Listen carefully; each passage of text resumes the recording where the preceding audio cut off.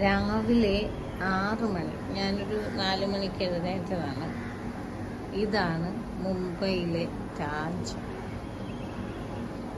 ഇന്ത്യക്കാർ താലോലിച്ചതാണോ ഇന്ത്യയെ താലോലിച്ചതാണോ എന്നെനിക്കറിയത്തില്ല. നമ്മുടെ രത്തൻ ടാറ്റ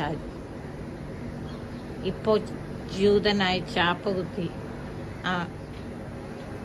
ഇസ്ലാമിസ്റ്റ് പൊളിറ്റിക്സിനെതിരെ മരണശേഷം യുദ്ധം ചെയ്യുന്ന ഒരു ഫിലാന്ത്രോഫിസ്റ്റ്. ഇതാണ് ഇന്ന് ഞാൻ കണ്ട മുംബൈ. ഞാനൊക്കെ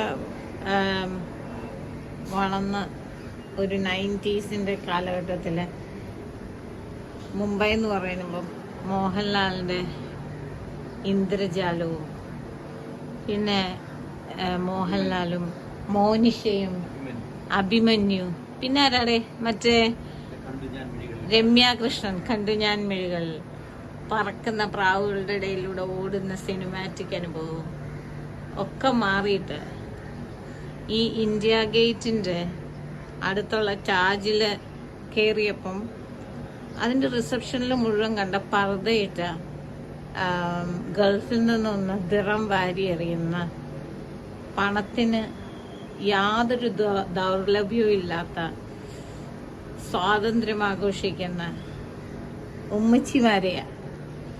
സോ പ്രൗഡ്. അവർ എൻജോയ് ചെയ്യുന്ന കാർഡൊന്നുമില്ല കയ്യിൽ. കാർഡിനെ കുറിച്ച് അവർക്ക് വലിയ വിഷമവും ഇല്ലെന്ന് തോന്നുന്നു. റിസപ്ഷനിസ്റ്റിനോട് എടുത്തോളൂ, വെച്ചോളൂ, നാളെ തന്നാ മതി കണക്കൊക്കെ നോക്കിയിട്ട്. ഈ കടലിന്റെ തീരത്ത് കടലിന്റെ എല്ലാ ശൗര്യത്തിനെയും അതിജീവിച്ചുകൊണ്ട് ഇന്ത്യ ഗേറ്റിന്റെ അഭിമാനത്തെ പുൽകിക്കൊണ്ട് നിൽക്കുന്ന താജില് ഒരു ബോംബിടാൻ ഒരു തീവ്രവാദിയുടെ അമർഷത്തിന് തോന്നിയെങ്കിൽ, അമർഷത്തിന് ഉത്തേജനമായെങ്കിൽ ഞാൻ അയാളെ കുറ്റപ്പെടുത്തത്തില്ല. It's so beautiful. Pavan Tata ഇതിന്റെ ഒരു വിക്റ്റിമായി പോയെന്നേ ഞാൻ പറയത്തുള്ളൂ.